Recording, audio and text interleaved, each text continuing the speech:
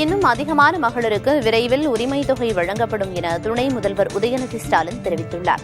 சென்னை சைதாப்பேட்டையில் தமிழ்நாடு நகர்ப்புற வாழ்விட மேம்பாட்டு வாரியம் சார்பில் கட்டப்பட்ட 504 புதிய அடுக்குமாடி குடியிருப்புகளை துணை முதல்வர் உதயநிதி ஸ்டாலின் திறந்து வைத்தார். தொடர்ந்து குடியிருப்புகளுக்கான ஒதுக்கீட்டு ஆணைகளை பயனாளிகளுக்கு வழங்கினார். தொடர்ந்து நிகழ்ச்சியில் பேசிய அவர், அசோசியேஷனை உருவாக்கி வீடுகளை பொறுப்போடு பராமரிக்க வேண்டும் என பயனாளிகளை கேட்டுக் கொண்டார். இன்னைக்கு ஒவ்வொரு மாதமும் கிட்டத்தட்ட இந்த திட்டம் ஆரம்பிச்சு 2 வருஷத்துக்கு மேல ஆகுது. செப்டம்பர் மாசம் கிட்டத்தட்ட 24,000 ரூபாய் ஒவ்வொரு மாதம் 1000 ரூபாயாக கிட்டத்தட்ட 1,20,00,000 மகளிருக்கு நம்முடைய முதலமைச்சர் அவர்கள் வழங்கியிருக்கின்றார். சமீபத்தில் நடந்த அந்த முகாம்கள்லையும் மகளிர் நிறைய அதற்காகத்தான் விண்ணப்பிச்சிருக்கிறாங்க. முதலமைச்சர் அவர்கள் வாக்குறுதி கொடுத்திருக்கிறாங்க. ஏற்கனவே போடப்பட்ட அந்த கண்டிஷன்ஸ் எல்லாம் தளர்த்தி இருக்கிறாங்க.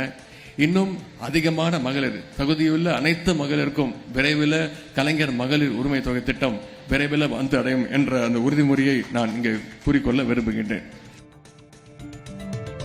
அதிமுக முன்னாள் அமைச்சர் செங்கோட்டையனின் சொந்த தொகுதியான கோபிச்செட்டிப்பாளையத்தில் அதிமுக பொதுச் செயலர் பழனிசாமிக்கு உற்சாக வரவேற்பு அளிக்கப்பட்டது. கட்சியை ஒன்றிணைக்கும் வரை பழனிசாமியின் சுற்றுப்பயணத்தில் கலந்து கொள்ளப் போவதில்லை என செங்கோட்டையன் அறிவித்திருந்ததால் வரவேற்பு நிகழ்ச்சியில் அவர் பங்கேற்கவில்லை. அவர் வெளியூர் சென்றிருப்பதாக கூறப்படுகிறது.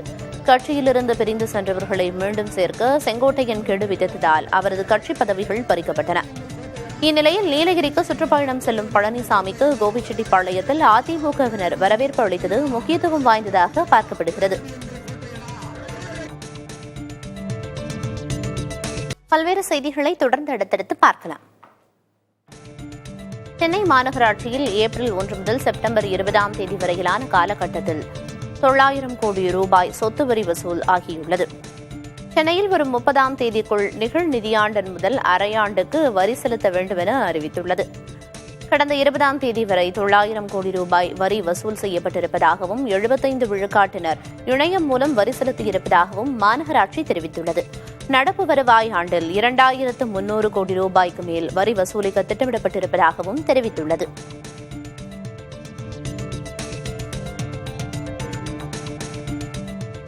மாசு கட்டுப்பாட்டு வாரியத்தின் அறிக்கையின்படி குளிப்பதற்கு உகந்ததாக இல்லாத இந்திய நதிப்பகுதிகளின் எண்ணிக்கை 2022இல் 815ஆக இருந்து 2023இல் 807ஆக குறைந்துள்ளது. அதேபோல் அதிகபட்சமாக மாசடைந்த நதிப்பகுதிகளின் எண்ணிக்கையும் 45லிருந்து 37ஆக குறைந்துள்ளது. ஆறுகளின் நீர்த்தரம் பயோலாஜிக்கல் ஆக்சிஜன் டிமாண்ட் BOD என்ற அளவீட்டை கொண்டு அளவிடப்படுகிறது. 1 லிட்டர் தண்ணீரில் 3 மில்லிகிராமிற்கு மேல் BOD இருந்தால் அது குளிப்பதற்கு உகந்தது இல்லை என்று கருதப்படுகிறது. இந்த அளவீட்டின் அடிப்படையில் மாசடைந்த நதிப்பகுதிகள் அடையாளம் காணப்படுகின்றன.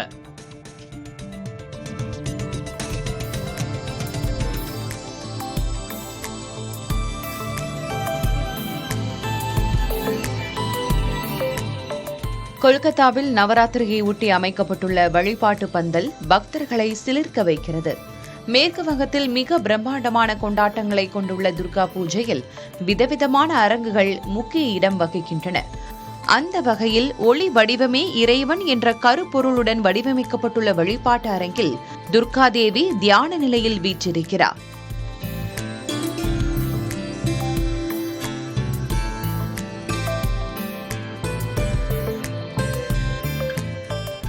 தொழில்நுட்ப வளர்ச்சியின் உச்சமாக கருதப்படும் ஏஐயும் கொல்கத்தா வாசிகளிடமிருந்து தப்பவில்லை. ஏஐ தொழில்நுட்பம் வரமா சாபமா என்ற தலைப்பில் துர்கா பூஜை வழிபாட்டு பந்தலை அதிநவீனமாக வடிவமைத்திருக்கின்றனர். கண்கவர அலங்காரம், தொழில்நுட்பங்கள் மட்டுமின்றி சமூக பிரச்சினைகளையும் துர்கா பூஜை பந்தலின் கருப்பொருளாக வைத்திருக்கிறார்கள்.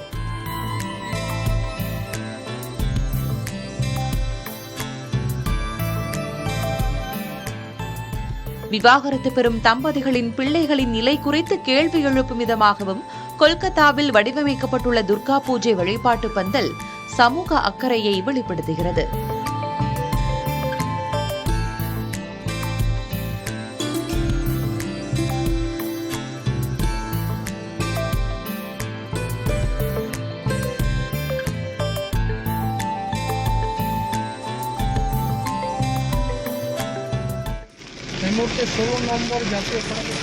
மேற்குவங்க தலைநகர் கொல்கத்தாவில் இரவோடு இரவாக பெய்த கனமழையால் பல இடங்களில் மழைநீர் தேங்கியது. குடியிருப்பு பகுதிகளை வெள்ளம் சூழ்ந்ததால் பொதுமக்களின் இயல்பு வாழ்க்கை பாதிக்கப்பட்டது. சில இடங்களில் இருசக்கர வாகனங்களும் கார்களும் வெள்ளத்தில் மூழ்கின. அதிகபட்சமாக வடக்கு கொல்கத்தாவில் 20 சென்டிமீட்டர் மழையும் தெற்கு கொல்கத்தாவில் 18 சென்டிமீட்டர் மழையும் பதிவாகியுள்ளது. வங்காள விரிகுடாவில் நிலவும் குறைந்த காற்றழுத்த தாழ்வு நிலை காரணமாக மாநிலத்தில் கனமழை தொடரும் என தெரிவிக்கப்பட்டுள்ளது.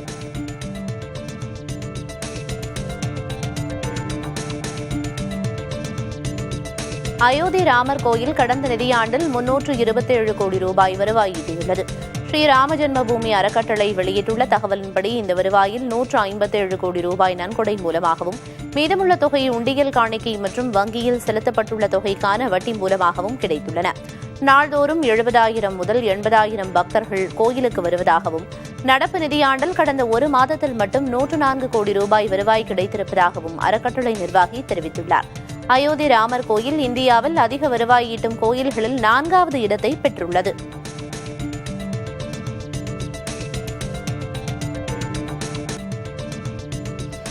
நீலகிரி மாவட்டம் உதகை அருகே சிற்றுண்டி கடையில் தீ விபத்து ஏற்பட்டது. கீழ்கோடப்பமட்டு பகுதியில் உள்ள சந்திரசேகரன் என்பவரது சிற்றுண்டி கடையில் திடீரென தீப்பிடித்து மளமளவென பரவியது.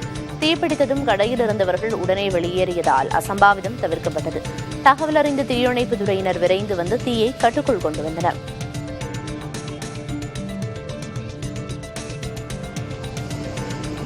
ஆம்பூர் அருகே சென்னை பெங்களூரு தேசிய நெடுஞ்சாலையில் மேம்பாலம் அமைக்கப்பட்டதற்காக குவிக்கப்பட்ட மண்மேடுகள் மீது மோதிய கார் ஒன்று தலைகீழாக கவிழ்ந்து விபத்துக்குள்ளானது. நல்வாய்ப்பாக காரை ஓட்டிய நபர் சிறு காயங்களுடன் உயிர் தப்பினார். இந்த இடத்தில் முறையான அறிவிப்பு பலகைகள் மற்றும் தடுப்புகள் இல்லாததால் தொடர்ந்து விபத்துகள் நடப்பதாகவும் உடனடியாக அறிவிப்பு பலகைகள் வைக்க வேண்டும் என்றும் அப்பகுதி மக்கள் கோரிக்கை விடுத்துள்ளனர்.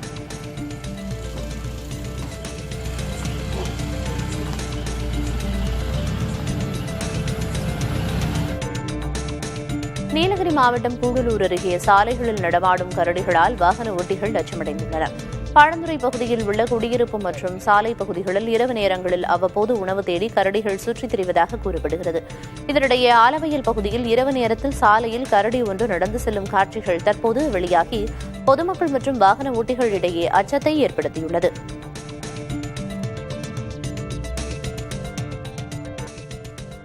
சென்னையில் தங்கம் மற்றும் வெள்ளியின் விலை இதுவரை இல்லாத உயர்வு கண்டுள்ளது. இன்று காலை நிலவரப்படி 22 கேரட் ஆபரண தங்கம் கிராமுக்கு 70 ரூபாய் விலை உயர்ந்து 10,500 ரூபாய்க்கும், ஒரு சவரன் 560 ரூபாய் விலை அதிகரித்து 84,000 ரூபாய்க்கும் விற்பனை செய்யப்படுகிறது.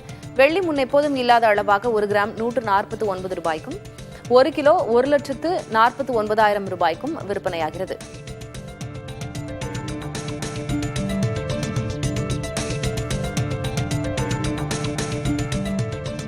ஜிஎஸ்டி குறைப்பு அமலான முதல் நாளிலேயே 80,000 வாடிக்கையாளர்கள் கார்களின் விலை குறித்து விசாரித்ததாக மாருதி சுசுகி நிறுவனம் தெரிவித்துள்ளது.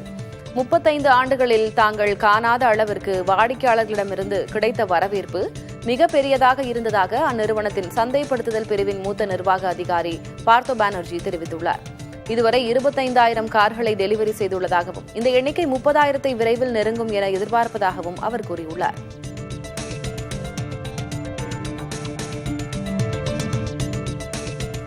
வங்காள விரிகுடாவின் வடகிழக்கு பகுதியில் ஒரு குறைந்த காற்றழுத்த தாழ்வு பகுதி உருவாகியிருப்பதாகவும் இதனால் தெற்கு வங்காளத்தின் பல மாவட்டங்களில் கனமழை பெய்ய வாய்ப்புள்ளதாகவும் இந்திய வானிலை ஆய்வு மையம் தெரிவித்துள்ளது.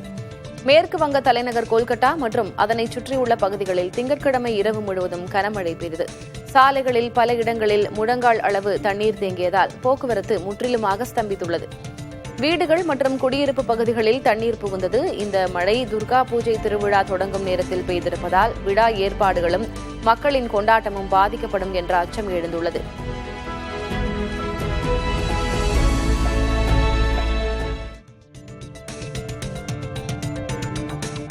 பல்வேறு அரசு துறைகள் தடையில்லா சான்றிதழ் வழங்காததால் அயோத்தியில் மசூதி கட்டும் திட்டம் நிராகரிக்கப்பட்டதாக ஆர்டிஐ தகவல் வெளியாகியுள்ளது. 2019 அயோத்தியில் பாபர் மசூதி இருந்த இடத்தில் ராமர் கோயில் கட்டிக்கொள்ள அனுமதித்த உச்சநீதிமன்றம் வேறொரு இடத்தில் மசூதி கட்டிக்கொள்வதற்கு வக்ஃப் வாரியத்துக்கு நிலம் ஒதுக்கவும் உத்தரவிட்டது. அதன்படி மாநில வக்ஃப் வாரியத்துக்கு உத்தரப்பிரதேச அரசு 5 ஏக்கர் நிலம் ஒதுக்கியது. அங்கு மசூதி கட்டுவதற்கான லே அவுட் திட்டத்துக்கு அரசு ஒப்புதல் வேண்டில் 2021 பிறப்பிக்கப்பட்டது. அந்த விண்ணப்பம் குறித்து 4 ஆண்டுகளாக எந்த தகவலும் இல்லாமல் இருந்தது. மசூதிக்கான அணுகுச்சாலைகள் போதுமானதாக இல்லை என தீயணைப்புத்துறை ஆட்சேபம் தெரிவித்துள்ளது. பிற துறைகள் ஏன் ஒப்புதல் அளிக்கவில்லை என்பது குறித்து தகவல் இல்லை.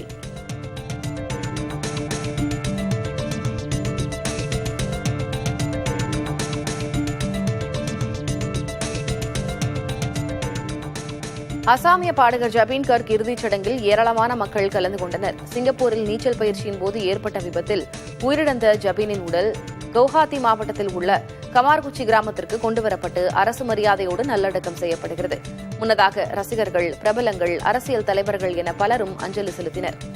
இறுதிச் சடங்கை காண பல்லாயிரக்கணக்கான மக்கள் கூடியதால் கிராமம் ஸ்தம்பித்தது.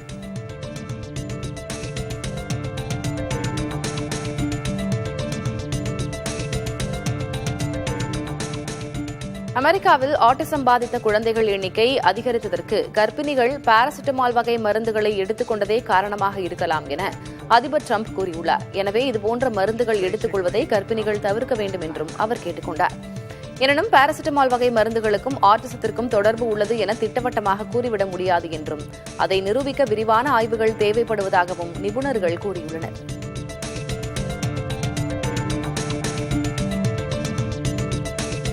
இந்தியாவுடன் சிறந்த உறவு தங்களுக்கு அவசியமான ஒன்று என அமெரிக்க வெளியுறவுத்துறை அமைச்சர் மார்கோ ரூபியோ தெரிவித்துள்ளார். ஐக்கிய நாடுகள் பொதுச்சபையின் கூட்டம் இன்று நடைபெறும் நிலையில் இந்திய வெளியுறவுத்துறை அமைச்சர் ஜெய்சங்கர் அமெரிக்க வெளியுறவு அமைச்சர் மார்கோ ரூபியோவை சந்தித்தார். அதன்பின் வெளியான கூட்டறிக்கையில் இந்திய பசிபிக் பிராந்தியத்தை ஆதிக்கங்கள் அற்றதாக மாற்ற இருதரப்பும் ஒப்புக்கொண்டதாக கூறப்பட்டது. இந்தோ பசிபிக் பிராந்தியத்தில் சீனா ஆதிக்கம் செலுத்த முற்படும் நிலையில் இம்முடிவு கவனம் பெற்றுள்ளது.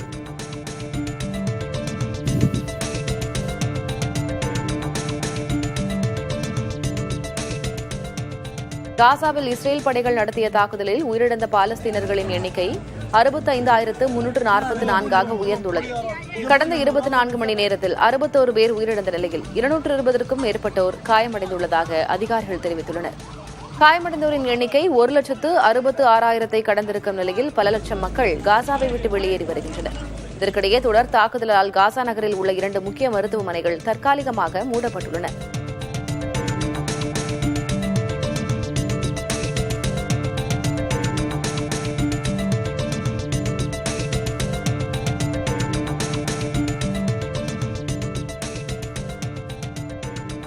பாலஸ்தீன நாட்டை பிரான்சும் அங்கீகரித்துள்ளது. ஐக்கிய நாடுகள் சபை கூட்டத்தில் உரையாற்றிய பிரான்ஸ் அதிபர் மேக்ரான் இதை அதிகாரப்பூர்வமாக அறிவித்தார். கனடா, பிரிட்டன், ஆஸ்திரேலியா ஆகிய நாடுகளை தொடர்ந்து பிரான்சும் பாலஸ்தீனத்திற்கு அங்கீகாரம் அளித்தது காசா மீதான போரை நிறுத்த இஸ்ரேலுக்கு நெருக்கடியை அதிகரிக்கும் நகர்வாக பார்க்கப்படுகிறது. ஆனால் தங்கள் நட்பு நாடுகள் சில பாலஸ்தீனத்தை அங்கீகரித்து வருவதாகவும் இது பிரச்சினையை மேலும் அதிகரிக்கவே செய்யும் என்றும் அமெரிக்கா தெரிவித்துள்ளது.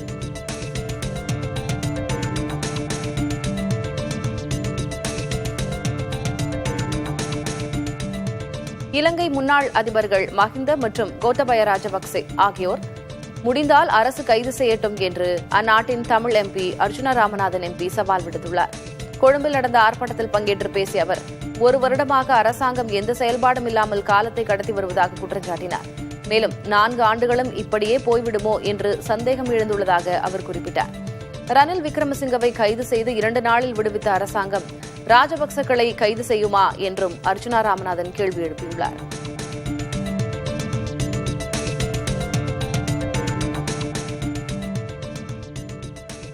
வடக்கு இத்தாலியின் கோமோ நகரில் கனமழை காரணமாக வெள்ளம் மற்றும் நிலச்சரிவு ஏற்பட்டது. வெள்ளத்தால் மரங்கள் மற்றும் குப்பைகள் அடித்து வரப்பட்டு பல்வேறு சாலைகள் அடைபட்டன. மேலும் கோமோ மாகாணத்தில் உள்ள காப்பியேட் மற்றும் அதன் அருகில் உள்ள நகரங்களை வெள்ளம் சூழ்ந்துள்ளது. வீடுகளின் மேல் தளங்களில் தஞ்சமடைந்தவர்கள் ஹெலிகாப்டர்கள் மூலம் மீட்கப்பட்டனர்.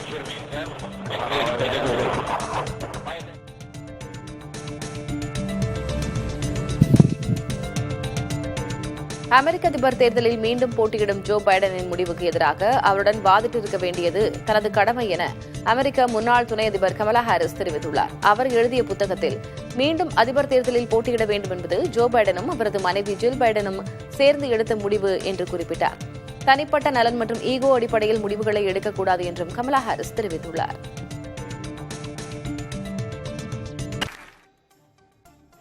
உணவு என்பது அவரவர் விருப்பம் சார்ந்தது என்றும் அதில் விதிமுறைகளை வகுக்க யாருக்கும் உரிமையில்லை எனவும் காந்தாரா பட நடிகரும் இயக்குநருமான ரிஷப் ஷெட்டி கூறியுள்ளார். காந்தாரா சாப்டர் 1 திரைப்படம் பார்க்கும் வரை அசைவ உணவுகளை உண்ணாமல் இருக்க வேண்டும் எனும் போஸ்டர்கள் சமூக வலைதளங்களில் பரவிய நிலையில் அது தொடர்பான கேள்விக்கு பதிலளித்த போது அவர் இவ்வாறு கூறினார்.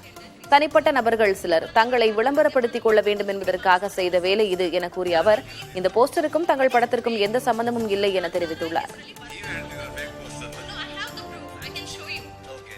தமிழக வெற்றிக் கழக தலைவர் விஜயின் பின்னணியில் பாஜக இருப்பதாக சபாநாயகர் அப்பாவு முன்வைத்த குற்றச்சாட்டு குறித்து பாஜக முன்னாள் மாநில தலைவர் அண்ணாமலை பதிலடி கொடுத்திருக்கிறார். இரு தலைவர்களும் கூறிய கருத்துக்களை வினை எதிர்வினை பகுதியில் பார்க்கலாம். கட்சி ஆரம்பிச்சிருக்காங்க. ஆனா அவரு கொஞ்சம் பேசத நீங்களே பார்க்கும்போதே சிஎம் அங்கிள் மாதிரி சிஎம் சார் அப்படின்னு நம்ம சினிமாவில் பேசுற மாதிரி பேசுறாரு. கொஞ்சம் அகந்த அதிகமா இருக்கு வார்த்தையில. அந்த அகந்த இருக்கக்கூடாது. என்ன தைரியத்துல அந்த அகந்த வருதோ தெரியல. ஏன்னா கட்சி ஆரம்பிக்க சொன்னது புஷி ஆனந்துக்கு அமித்ஷா சொல்லி அது மூலமா தான் ஆரம்பிச்சதாட்டு. சிஎம் சார் போட்டு பாருங்களா அப்படின்னு சொன்னதுல இருந்தே தெரியுது அவங்க தான் இயக்குறாங்க இவரு. அந்த வார்த்தையிலே அர்த்தம். ஆனா அவருக்கு அரசியல் அடிச்சோடு தெரியலையோன்னு நான் நினைக்கிறேன். இந்தியாவில் ஒரு ஸ்பீக்கர் அரசியல் செய்யறாருன்னா முதல் இடத்துல அப்பாவு தான் இருப்பார்.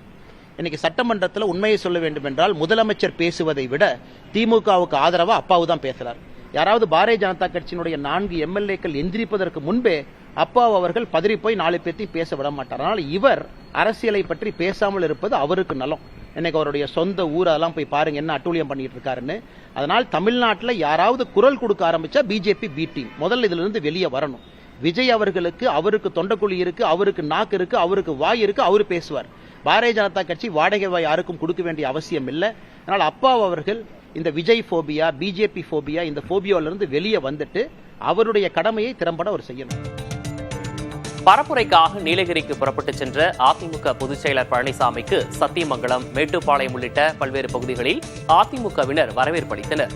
சேலத்திலிருந்து நீலகிரிக்கு புறப்பட்ட பழனிசாமி சத்தியமங்கலத்தை அடைந்தபோது கட்சியின் ஈரோடு புறநகர் மேற்கு மாவட்ட பொறுப்பாளர் ஏ.கே. செல்வராஜ், பவானிசாகர் எம்எல்ஏ பன்னாரி உள்ளிட்டோர் பேருந்து நிலையம் அருகே பூக்களை கொடுத்து வரவேற்றனர்.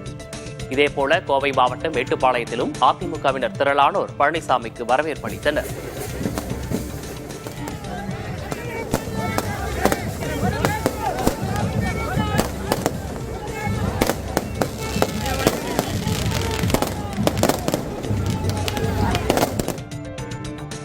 தேசிய ஜனநாயக கூட்டணியில் மீண்டும் இணைய அமமுக பொதுச் செயலர் தினகரனை வலியுறுத்தியதாக பாஜக மாநில முன்னாள் தலைவர் அண்ணாமலை தெரிவித்துள்ளார். கடந்த ஞாயிற்றுக்கிழமையன்று தினகரனை அண்ணாமலை சந்தித்திருந்த நிலையில் அந்த சந்திப்பை நேற்று அவர் உறுதிப்படுத்தியிருந்தார். இந்நிலையில் சென்னையில் செய்தியாளர்களை சந்தித்த அவர் தேசிய ஜனநாயக கூட்டணியிலிருந்து விலகிய முடிவை மறுபரிசீலனை செய்ய தினகரனுக்கு கோரிக்கை வைத்துள்ளதாக தெரிவித்தார். அதோடு முன்னாள் முதல்வர் பன்னீர்செல்வத்தையும் விரைவில் சந்திப்பேன் என அண்ணாமலை தெரிவித்துள்ளார். ஆனால் அண்ணன் டிடிவி தினகரன் அவர்களை நான் சந்தித்தது உண்மைதான். அது ஏற்கனவே உங்களுக்கு நான் சொல்லியிருந்தேன்.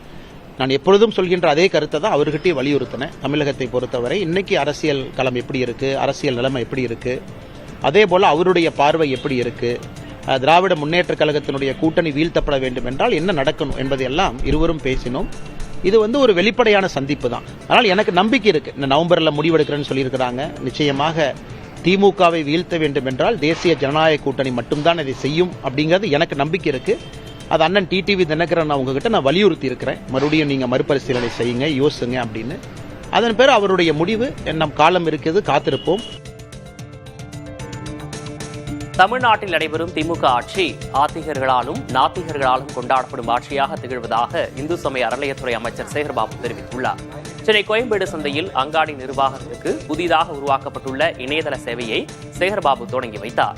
பின்னர் செய்தியாளர்களின் கேள்விகளுக்கு பதிலளித்த அமைச்சர் திமுகவின் மூலவர், உற்சவர் அனைத்தும் முதல்வர் மு.க. ஸ்டாலின் தான் என்றும் கூறினார்.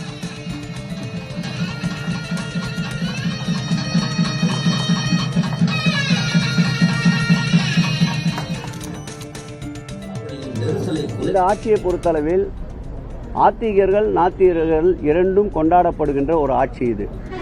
இந்த ஆட்சி ஏற்பட்டவுடன் மாண்புமிகு முதலமைச்சர் அவர்கள் வைத்த சொற்றொடர் என்னவென்றால், எல்லோருக்கும் எல்லாம் என்ற அரசு இந்த அரசு என்றார். ஆகவே அந்த இயக்கத்தாலேயே ஓரம் கட்டப்பட்ட அண்ணாமலை போன்றவர்கள் இது போன்று பேசுவதில் எந்த விதமான ஆச்சரியமும் இல்லை. திருப்பதி ஏழுமலையான் கோயிலில் உண்டியல் காணிக்கை திருடப்பட்டதாக கூறப்படும் குற்றச்சாட்டு குறித்து சிபிஐ விசாரணை தேவை என்று ஒய்எஸ்ஆர் காங்கிரஸ் கட்சி வலியுறுத்தியுள்ளது. இதுகுறித்து அக்கட்சி எம்பி மட்டிலா குருமூர்த்தி மத்திய உள்துறை அமைச்சர் அமித்ஷாவுக்கு கடிதம் எழுதியுள்ளார். இதே விவகாரத்தில் உச்சநீதிமன்ற நீதிபதி தலைமையில் விசாரணை நடத்த உத்தரவிடக் கோரியும் அவர் உச்சநீதிமன்ற தலைமை நீதிபதி கவாய்க்கு கடிதம் எழுதியுள்ளார். ஒய்எஸ்ஆர் காங்கிரஸ் ஆட்சியில் இருந்தபோது திருப்பதி ஏழுமலையான் கோயிலில் திருட்டுகள் நடந்ததாக தற்போது ஆட்சியில் உள்ள தெலுங்கு தேசம் கட்சி குற்றஞ்சாட்டி வருகிறது. உத்தரப்பிரதேச மாநிலத்தில் காரும் லாரியும் மோதிக்கொண்டதால் ஏற்பட்ட தீ விபத்தில் 4 பேர் உடல் கருகி உயிரிழந்தனர். தேசிய நெடுஞ்சாலை 34 அலிகரை நோக்கி சென்று கொண்டிருந்த கார் டயர் வெடித்ததால் ஓட்டுநரின் கட்டுப்பாட்டை இழந்தது. இதனால் எதிர்புறத்தில் வந்து கொண்டிருந்த சரக்கு லாரி மீது கார் மோதியது. மோதிக்கொண்ட வேகத்தில் 2 வாகனங்களும் தீப்பிடித்தன. இதில் காரில் பயணித்த குழந்தை மற்றும் பெண் உட்பட 4 பேர் உயிரிழந்தனர். உயிரிழந்தோர் யார் என்று இதுவரை உறுதிப்படுத்தப்படவில்லை.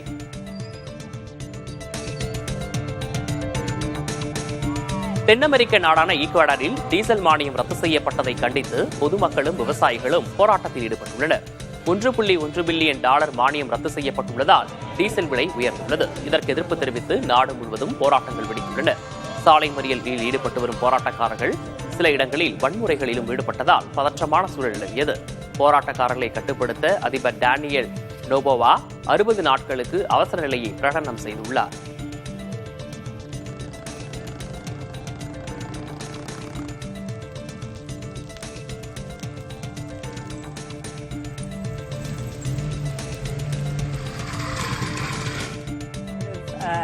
H-1B விசா கட்டணங்களை உயர்த்துவது வர்த்தக ஒப்பந்த விவகாரத்தில் இந்தியாவை பணிய வைப்பதற்கான நடவடிக்கை மட்டுமே என்று அமெரிக்க முதலீட்டு நிபுணர் கேத்தி வுட் கருத்து தெரிவித்துள்ளார். வணிக ஒப்பந்தத்தில் இந்தியா வளைந்து கொடுக்கவில்லை என்றும் அவர்களை வழிக்கு கொண்டுவர பயன்படுத்தும் ஒரு யுக்தியே விசா கட்டண உயர்வு என்றும், ஆனால் அந்த யுக்தியும் வழக்கம் போல் தோல்வியையே தழுவும் என்றும் கேத்தி வுட் தெரிவித்தார்.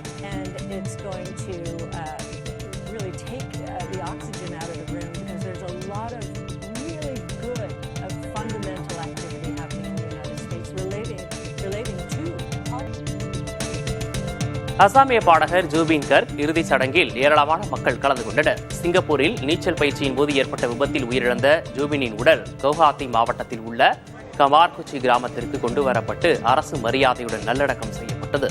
முன்னதாக ரசிகர்கள், பிரபலங்கள், அரசியல் தலைவர்கள் என பலரும் அஞ்சலி செலுத்தினர். இறுதிச் சடங்கை காண பல்லாயிரக்கணக்கான மக்கள் கூடியதால் கிராமமே ஸ்தம்பித்தது.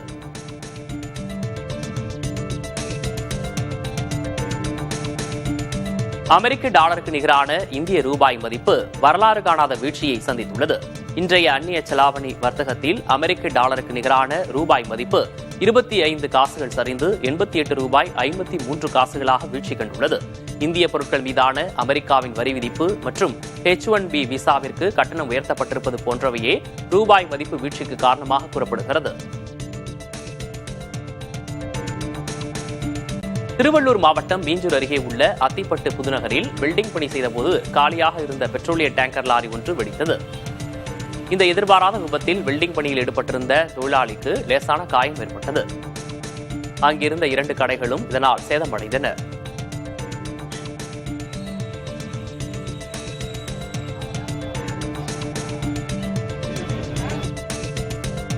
விருதுநகர் மாவட்டம் ராஜபாளையத்தில் உள்ள அம்பலப்புலி பஜாரில் செயல்பட்டு வரும் டாஸ்மாக் கடையை இடமாற்றம் செய்ய கோரி வணிகர்கள் கடையடைப்பு போராட்டத்தில் ஈடுபட்டுள்ளனர். பிரதான கடை வீதியான இந்த பஜாரில் பள்ளிகள், கோயில்கள் மற்றும் குடியிருப்புகள் இருப்பதால் மது அருந்துபவர்களின் தொல்லை அதிகமாக இருப்பதாக பொதுமக்கள் மற்றும் வணிகர்கள் புகார் தெரிவிக்கின்றனர்.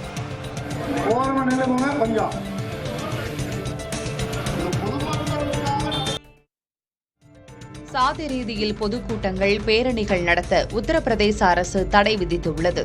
மேலும் பொது இடங்களில் சாதி சங்க கொடிகள், பெயர் பலகைகள் வைப்பதற்கும் வாகனங்களில் சாதி பெயர் எழுதுவதற்கும் தடை விதிக்கப்பட்டுள்ளது. அலகாபாத் உயர்நீதிமன்றத்தின் உத்தரவை அடுத்து இந்த உத்தரவை உத்தரப்பிரதேச அரசு பிறப்பித்துள்ளது. சாதி ரீதியான நிகழ்வுகள் சட்டம் ஒழுங்கு சீர்குலைவிலிருந்து தேச ஒற்றுமைக்கு குந்தகம் விளைவிப்பது வரை பல்வேறு பாதிப்புகளை ஏற்படுத்துவதாக நீதிமன்ற தீர்ப்பை சுட்டிக்காட்டி மாவட்ட ஆட்சியாளர்கள், காவல் கண்காணிப்பாளர்களுக்கு அனுப்பிய சுற்றறிக்கையில் மாநில அரசின் தலைமைச் செயலர் தீபக் குமார் தெரிவித்திருக்கிறார்.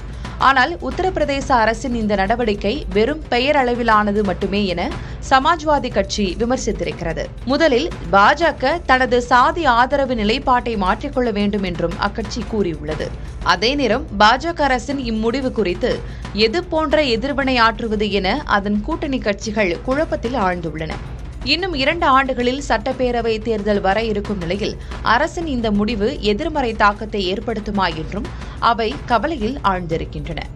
உத்தரப்பிரதேசத்தில் பெரும்பாலான கட்சிகள் சாதி பின்னணியை மையமாக கொண்டே இயங்கி வருபவை என்பது குறிப்பிடத்தக்கது. பழனிசாமியின் தவறுகளால் எதிர்க்கட்சி அந்தஸ்தை அதிமுக இழந்து வருவதாக விருதுநகர் எம்பி மாணிக்கம் தாகூர் விமர்சித்துள்ளார். சாத்தூரில் செய்தியாளர்களிடம் பேசிய அவர், தமிழ்நாட்டில் எதிர்க்கட்சி இடத்தை விஜயின் தமிழக வெற்றிக் கழகம் பிடிக்கும் என்றார். டிடிவி தினகரன் தேசிய ஜனநாயக கூட்டணியிலிருந்து வெளியேறியதால் சசிகலா தொடர்புடைய இடங்களில் அமலாக்கத்துறை சோதனை நடப்பதாகவும் அவர் குற்றம் சாட்டினார்.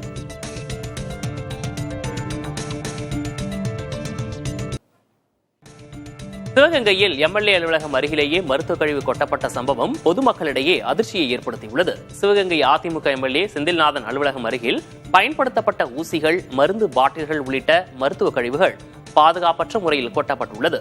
இதனால் அப்பகுதியில் சுகாதார சீர்கேடு ஏற்படும் அபாயம் உள்ளதாக தெரிவிக்கும் பொதுமக்கள் உடனடியாக மருத்துவ கழிவுகளை அகற்ற வேண்டும் என கோரிக்கை விடுத்துள்ளனர்.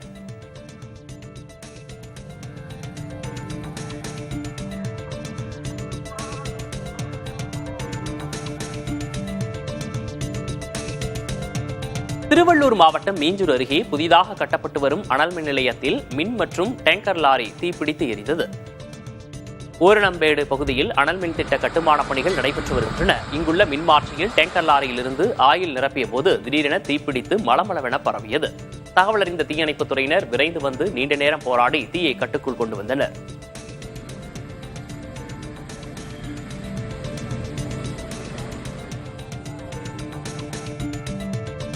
ஹைதராபாத்தில் உள்ள தனியார் விடுதியில் பழங்குடியினத்தைச் சேர்ந்த கல்லூரி மாணவர் தற்கொலை செய்து கொண்ட சம்பவம் பரபரப்பை ஏற்படுத்தியுள்ளது.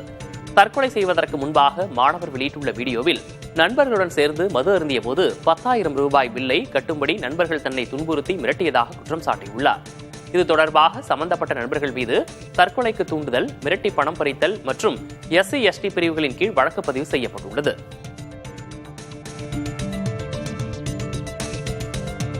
திருச்செந்தூர் முருகன் கோயில் குறித்து பொய்யான தகவல்களை வெளியிட்டதாக இந்து முன்னணி நிர்வாகி கைது செய்யப்பட்டுள்ளார். கோயில் கண்காணிப்பாளர் ராமமூர்த்தி அளித்திருந்த புகாரில் கோயில் சொத்துகளுக்கு சேதம் விளைவிக்கும் வகையில் பக்தர்களிடையே மோதலை தூண்டும் வகையிலும் சமூக வலைதளங்களில் வீடியோ வெளியாவதாக தெரிவித்திருந்தார். இதையடுத்து வழக்கு பதிவு செய்த போலீசார் இந்து முன்னணி நகர துணைத் தலைவர் செந்தில்குமாரை கைது செய்தனர். மேலும் இருவர் மீதும் வழக்கு பதிவு செய்யப்பட்டுள்ளது.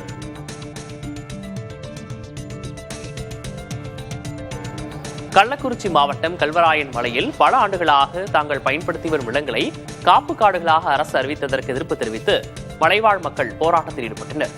இந்த அரசாணையால் தங்கள் வாழ்வாதாரம் பாதிக்கப்படும் என அச்சம் தெரிவித்த மக்கள் அரசாணையை ரத்து செய்து விவசாய நிலங்களுக்கு வன உரிமை பட்டா வழங்க கோரி வன நிர்ணய அலுவலகத்தை முற்றுகையிட்டு மனு அளித்தனர்.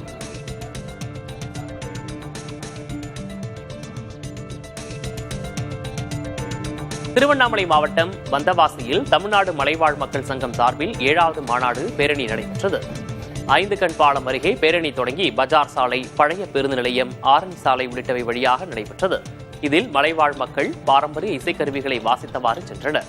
வேட்டைக்காரனின மக்களை பழங்குடியினர் பட்டியலில் சேர்க்க வலியுறுத்தப்பட்டது. திண்டுக்கல் மாவட்ட மேற்கு தொடர்ச்சி மலையில் காட்டு பன்றிகளை வேட்டையாடியதாக 14 பேர் கைது செய்யப்பட்டனர். வனவிலங்குகள் வேட்டை குறித்து ரோந்து சென்ற கன்னிவாடி வனத்துறை அதிகாரிகள் வேலடிச்சான்பட்டியில் லாரியில் மறைத்திருந்தவர்களை கைது செய்தனர். வேலடிச்சாம்பட்டி மற்றும் கரூர் மாவட்டம் தொகைமலையைச் சேர்ந்தவர்கள் தலா ஒரு காட்டுப்பன்றியை வேட்டையாடியிருந்தனர். அவற்றையும் அவர்களது லாரி மற்றும் 14 வேட்டை நாய்களையும் வனத்துறையினர் பறிமுதல் செய்தனர். மேலும் 2,30,000 ரூபாய் அபராதம் விதிக்கப்பட்டது. பால் கொள்முதல் விலையை உயர்த்த கோரி சேலத்தில் ஆவின் பால் பண்ணை முன்பு விவசாயிகள் கறவை மாடுகளுடன் ஆர்ப்பாட்டம் செய்தனர். தற்போது பசும்பால் லிட்டருக்கு 38 ரூபாயும், எருமைப்பால் லிட்டருக்கு 48 ரூபாயும் விவசாயிகளுக்கு வழங்கப்பட்டு வருகிறது. கால்நடைகள் பராமரிப்பு செலவு அதிகரித்துள்ளதால் பால் கொள்முதல் விலையை ஒரு லிட்டருக்கு 15 ரூபாய் உயர்த்த ஆர்ப்பாட்டத்தில் வலியுறுத்தப்பட்டது.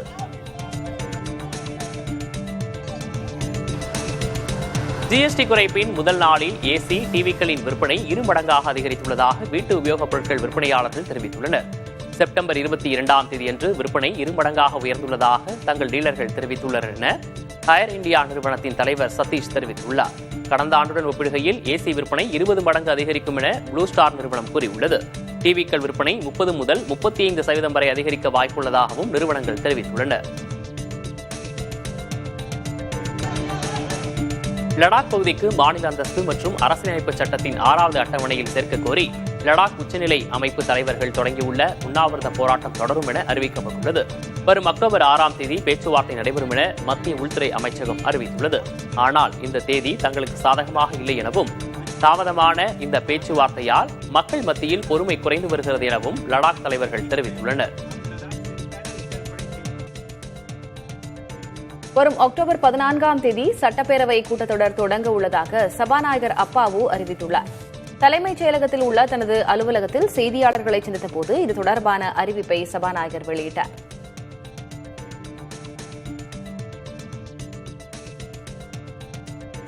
அடுத்த கூட்டம் பேரவையினுடைய கூட்டமானது வருகிற அக்டோபர் மாதம் 14ஆம் தேதி காலை 9:30 மணிக்கு தலைமைச் செயலக வளாகத்தில் அமைந்துள்ள பேரவை மண்டபத்தில் கூட்டியுள்ளேன்.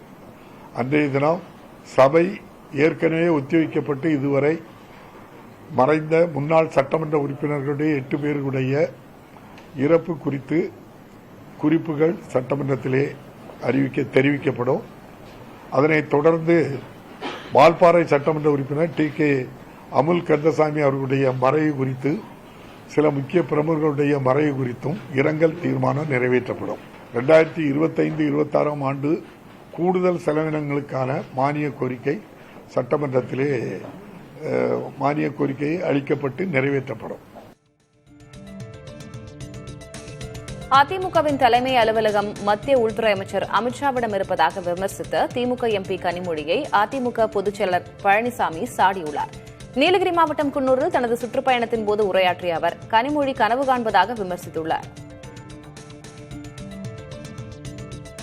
திருமதி கனிமொழி அவர்கள் பேசுறாங்க, அதிமுக கட்சியுடைய அலுவலகம் டெல்லியில் இருக்கிற மரியாதைக்குரிய உள்துறை அமைச்சர் வீட்டில் இருக்குதான். அந்த அம்மா கனவு கண்டது என்னமோ தெரியல. திருமதி கனிமொழி அவர்களே, அதிமுக அலுவலகம் சென்னையில் தான் இருக்குது. வந்து வேணாலும் வந்து பாருங்க. நீங்க எவ்வளவோ முயற்சி செஞ்சீங்க, அதிமுக உடைக்க சதி செஞ்சீங்க, அதிமுக பிளக்க சதி செஞ்சீங்க. அதிமுகவை இன்றைக்கு எந்த விதத்திலும் அவர்கள் செயல்படக்கூடாது என்பதற்கு நீதிமன்றத்தின் மூலமாக வெவ்வேறு விதத்தில் முயற்சி செஞ்சீங்க. அத்தனையும் முறியடிக்கப்பட்டது அனைத்து இந்திய அண்ணா திராவிட முன்னேற்ற கழக தொண்டர்கள். தொடர் கனமழை காரணமாக மெட்ரோ வழித்தடத்தின் ஒரு பகுதியில் ரயில் சேவைகள் நிறுத்தி வைக்கப்பட்டுள்ளன. நீல நிற வழித்தடத்தில் நீர் தேங்கியதால் பொதுமக்களின் பாதுகாப்பு நலன் கருதி ரயில்கள் இயக்கப்படவில்லை என மெட்ரோ ரயில் நிர்வாகம் தரப்பில் தெரிவிக்கப்பட்டுள்ளது. இதனால் காலையில் பணிக்கு செல்வோர் மிகுந்த சிரமத்திற்குள்ளாகினர். மழைநீர் அப்புறப்படுத்தப்பட்டதும் மீண்டும் ரயில் சேவைகள் தொடங்கப்படும் என தெரிவிக்கப்பட்டுள்ளது.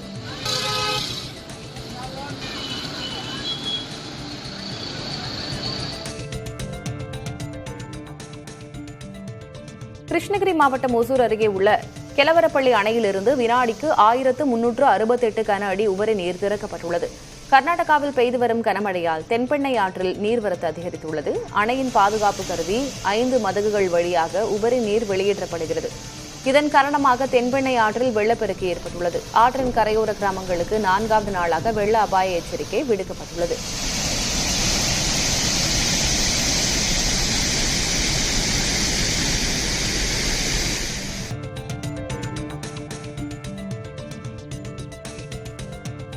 பீகாரில் தேர்தல் நெருங்கும் நிலையில் நடப்பு நிதியாண்டில் உஜ்வாலா திட்டத்தின் கீழ் 25 லட்சம் சமையல் எரிவாயு சிலிண்டர் இணைப்புகளை வழங்க மத்திய அரசு ஒப்புதல் வழங்கியுள்ளது. ஏழை பெண்களும் தங்களின் வீடுகளில் சுத்தமான எரிபொருளை பயன்படுத்தும் நோக்கில் 2016ஆம் ஆண்டு இந்த திட்டம் தொடங்கப்பட்டது. இந்நிலையில் நடப்பு நிதியாண்டில் 10 கோடி பெண்களின் வங்கிக் கணக்குகளுக்கு 58,000 கோடி ரூபாய் மானியம் வழங்கப்பட்டுள்ளதாக தெரிவிக்கப்பட்டுள்ளது. உஜ்வாலா திட்டத்தில் இணைய உள்ள பெண்களுக்கு பிரதமர் தனது எக்ஸ் பக்கத்தில் வாழ்த்து கூறியுள்ளார்.